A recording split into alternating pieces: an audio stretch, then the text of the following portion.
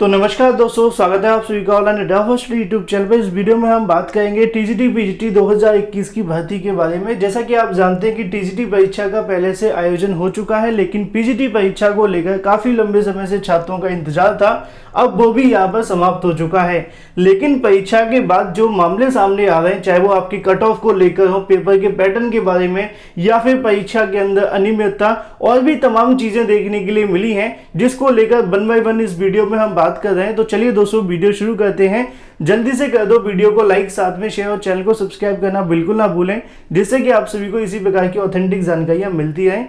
तो यहाँ पे आपको पेपर का रिव्यू तो दिया ही जाएगा, लेकिन उससे पहले आप लोग लाइक अवश्य कर देना, साथ में और भी छात्रों तक शेयर कर देना।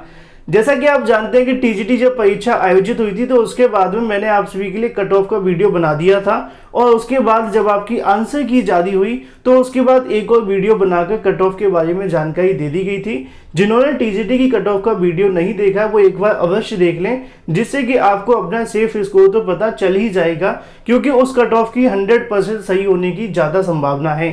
वहीं दूसरी तरफ बात करें आज हुई टीजीटी के बाद पीजीटी परीक्षा के बारे में, तो पीजीटी परीक्षा के अंदर भी एक बार फिर से वही देखने के लिए मिला है जैसा कि टीजीटी परीक्षा में हुआ था। चयन बोर्ड की तरफ से तमाम दावे तो किए गए थे, तमाम वादे किए गए थे कि परीक्षा के अंदर बहुत सारी आप सभी के लिए सिक्योरिटी देखने के लिए मिलेगी। आप सभी इसी वीडियो के कमेंट बॉक्स के अंदर आप देखेंगे, बहुत सारे छात्र आपको कमेंट करके बताएंगे भी, जो भी अभ्यर्थी आज पीजीटी की परीक्षा देकर आए हैं, ऐसा भी देखने के लिए मिला है कि कई परीक्षा केंद्रों पर कोई कैमरा नहीं लगा हुआ था।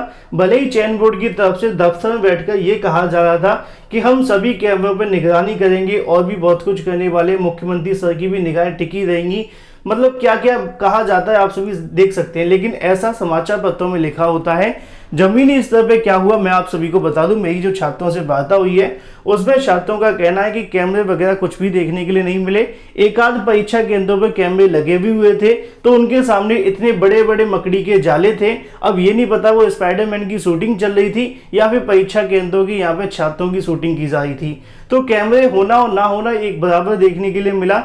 बाकी आपके केंद्रों पे क्या हुआ कमेंट करके बताएं, क्योंकि पूरे प्रदेश के केंद्रों पे तो अभी तक हम नहीं पहुंच पाए हैं। पहुंचेंगे तभी जब आप लोग कमेंट करके बताएंगे। तो आपके परीक्षा केंद्रों पे किस प्रकार की कैमरे की व्यवस्था थी।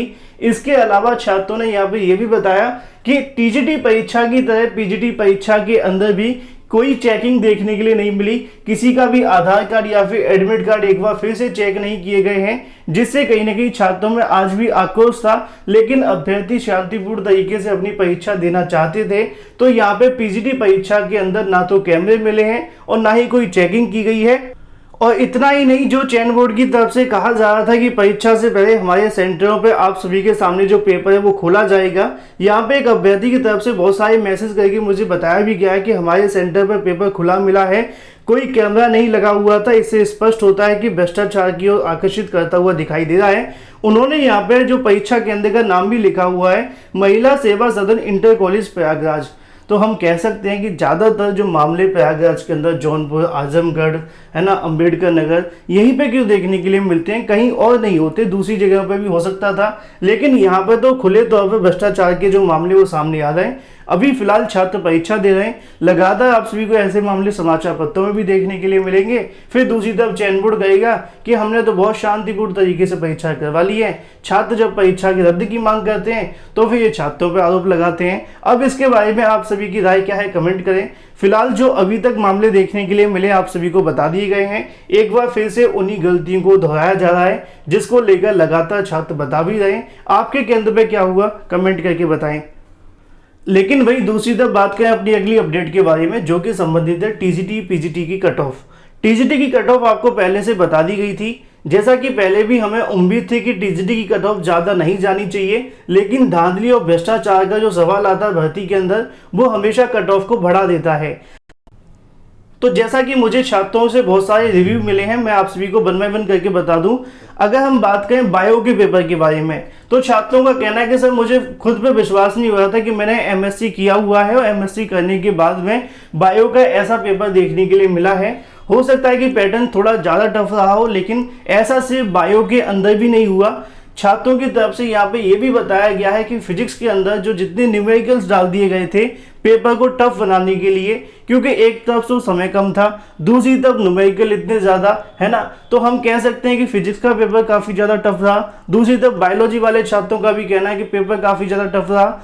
ऐसे में दूसरी तरफ हिस्ट्री वाले अभ्यर्थियों का भी मानना है कि पेपर तो बिल्कुल टफ देखने के लिए मिला है।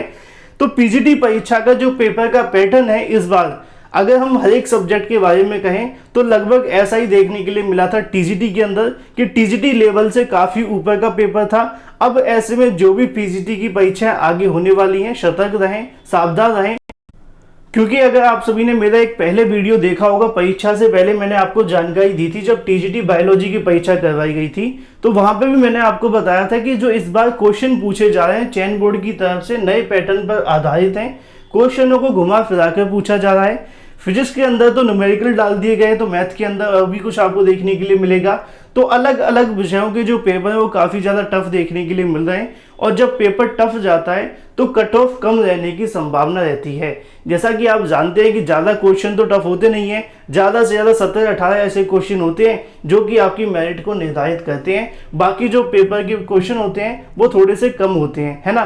तो ऐसे में हम यहाँ से समझ सकते हैं, अभी तक जितनी मेरे छात्रों से वार्ता हुई है कि कोई भी अभ्यर्थी 90 प्लस या 100 प्लस जाता हुआ दिखाई तो बिल्कुल नहीं दे रहा है। ऐसे में अगर इसी प्रकार ज़्यादातर अभ्यर्थियों का स्कोर रहता है तो यहाँ पे हम कह सकते हैं कि 90 प्लस वाले जो भी अभ्यर्थी होंगे वो तो यहाँ से अपना एक सीट को सिक्योर कर ही लेंगे, लेकिन थोड़े से जो उसके नीचे आते हैं 80 से लेकर 90 के बीच में, उनके लिए भी यहाँ पे संभावनाएं काफ़ी ज़्यादा हैं। क्योंकि अभी तक बहुत सारे छात्रों से वार्ता हुई है, किसी का भी स्कोर इतना ज़्यादा नहीं रहा है परीक्षा के अंदर, क्योंकि पेपर का पैटर्न काफ़ी ज़्यादा टफ है। और इस प्रकार का जब पेपर का पैटर्न होता है, सीटों की संख्या भी कम है और अभ्यर्थियों की संख्या भी ज़्यादा है, तो ये भी काफ़ी कुछ आप सभी के बीच देखने के लिए मिलेगा। लेकिन फिलहाल अगर आपके कट ऑफ के बारे में पूछा जाए तो आपका कितना स्कोर रहा है कमेंट करके अवश्य बताएं, जिससे कि कट ऑफ को लेकर अलग से एक वीडियो बनाया जाएगा। लेकिन फिर भी अभी तक जो छात्रों से वार्ता हो रही है उनका कहना है कि 80, 85, 88, 87 और काफ़ी छात्र तो इससे भी कम जाते हुए दिखाई दे, 70, 75, तो 90 और 100 वाले अभ्यर्थी तो अभी तक देखने के लिए नहीं मिले हैं। हो सकता है कि वो अभी और भी परीक्षा देने जाएंगे तो इसके बाद आप सभी के सामने कट ऑफ निर्धारित हो, लेकिन कट ऑफ इतनी ज़्यादा इस बार नहीं जाएगी। तो यहाँ पे हम एक बात आप सभी को बता दें कि अगर आपने 80 क्वेश्चन से ज़्यादा अटेम्प्ट कर लिए हैं और सही कितने हो रहे हैं ये तो अभी आपको 1 से 2 दिनों के अंदर पता चलेगा जब आप आंसर की से मिलाएंगे, लेकिन 80 से 82 क्वेश्चन आप अटेम्प्ट करके आए हैं, तो यहाँ पे हम कह सकते हैं कि आप सभी सेफ जोन के अंदर जाते हुए दिखाई देंगे अगर ज़्यादा क्वेश्चन आपके गलत नहीं होते हैं। क्योंकि अगर आपके 80 में से 40 ही गलत हो गए तो फिर दिक्कत वाली बात है, 1-2 क्वेश्चन ऊपर नीचे होता है, तो आप सभी मान करके चलें मतलब कि 80 क्वेश्चन का आपका स्कोर आ रहा है। तो उम्मीद है कि आपको पीजीटी में एक सीट मिल जाए, क्योंकि इतनी ज़्यादा क्वेश्चन किसी की तरफ से नहीं देखने के लिए मिले हैं। 90 प्लस और 100 प्लस वाले अभ्यर्थी अभी तक देखने के लिए नहीं मिल रहे हैं, क्योंकि पेपर का पैटर्न ही ऐसा है, अभ्यर्थियों के पास इतना समय भी नहीं है कि वो इस प्रकार के क्वेश्चनों को 2.5 घंटे के अंदर कर लें। 10 से 15 क्वेश्चन तो ऐसे हैं जिनको अभ्यर्थी घर पर जाकर 3 से 4 दिनों तक ढूंढ करके निकालेंगे, तब जाके उसका आंसर मिलेगा। बाकी आप सभी की राय क्या है कमेंट करके अवश्य बताएं। एक बार फिर से आप सभी के बीच हाजिर होंगे सभी पेपर हो जाने के बाद में, फिर उसके बाद में क्या पैटर्न रहा, क्या चीज़ें देखने के लिए मिली, वो भी आप सभी को बता दी जाएंगी। तो वीडियो को लाइक कर दें, साथ ही शेयर कर दें और चैनल को सब्सक्राइब करना बिल्कुल ना भूलें।